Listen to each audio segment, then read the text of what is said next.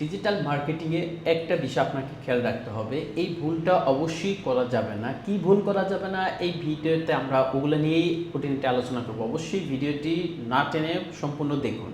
দেখেন, একটা জিনিস আপনি যদি শিখতে চান, তাহলে এটা আপনি অনলাইন আমার কথাটা আপনি শুনতেছেন, এইটা শুনে কিন্তু আপনি আসলে ডিজিটাল মার্কেটিং কেন শিখবেন, কোন ভুলগুলো আপনি করবেন না বা করবেন, এগুলো কিন্তু আপনি এই ভিডিওটা যদি সম্পূর্ণ দেখেন, তাহলে কিন্তু আপনি এই রেজাল্ট আপনি পাবেন এবং শিখতে পারবেন।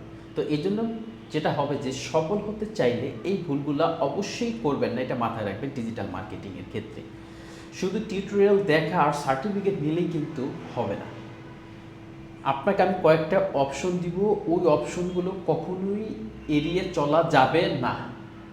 শুনুন, প্রত্যেকটা মানুষেরই সময়ের দাম আছে। আপনার সময়টাকে যদি আপনি প্রপার কাজে না লাগান, তাহলে কিন্তু আপনি এটাকে শিখতে পারবেন না এবং এটা আপনি লাস্টে গিয়ে দেখবেন যে আউটপুট আপনার জিরো আসবে। এই জন্য যেটা করতে হবে, অবশ্যই আপনি যখন শিখবেন অবশ্যই এটা প্র্যাকটিস করবেন। তো বেশিরভাগ লোকই হচ্ছে যে যখন শিখতে আসে তখন শিখে বাট প্র্যাকটিস করে না।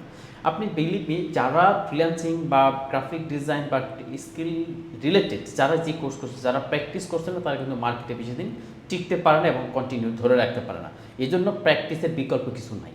তো এরপর আসুন, শুধু পোস্ট দিয়ে কিন্তু মার্কেটিং শেখা যাবে না। পোস্টিং ডলার পোস্ট করলে যে ডিজিটাল মার্কেটিং, এটা একটা সম্পূর্ণ ভুল ধারণা। আপনাকে খুঁটিনাটি সমস্ত মার্কেটিং আপনাকে জানতে হবে। এই জন্য আপনাকে অবশ্যই শেখার সময় প্র্যাকটিস করতে হবে, ঠিক আছে? এবং কপি পেস্ট কন্টেন্ট এখান থেকে মাপ চাই। সোজা কথা, কপি পেস্ট কন্টেন্ট কখনো করা যাবে না। আপনাকে নতুন নতুন আইডিয়া নিয়ে আপনাকে ডিজিটাল মার্কেটিং বিভিন্ন প্ল্যাটফর্মে ব্যবহার করতে হবে। এরপর হচ্ছে, একসাথে সব শিখতে গিয়ে কোনোটাতেই ভালো হচ্ছে না এরকম করা যাবে না। একটা যেমন আপনি যদি যখন শিখবেন, ফেসবুক মার্কেটিংটা ভালো করে শিখেন, এরপর ইউটিউব মার্কেটিংটা ভালো করে শিখেন, তারপর গুগল এসইওটা শিখেন, তারপর ওয়েব মার্কেটিংটা শিখেন।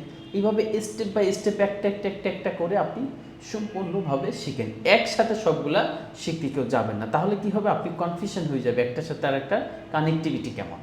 তো এই জন্য এটা করে একটা আমরা ভালো করে শিখবো এবং একটি করে শেখা যখন হয়ে যাবে, হাতে কলমে কাজ করা এবং নিজের প্রজেক্ট প্র্যাকটিস করাই হলো মূল সাফল্যের চাবিকাঠি। এই জিনিসটা মাথায় রাখবেন।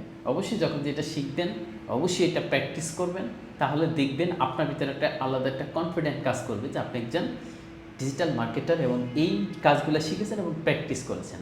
ধন্যবাদ সবাইকে।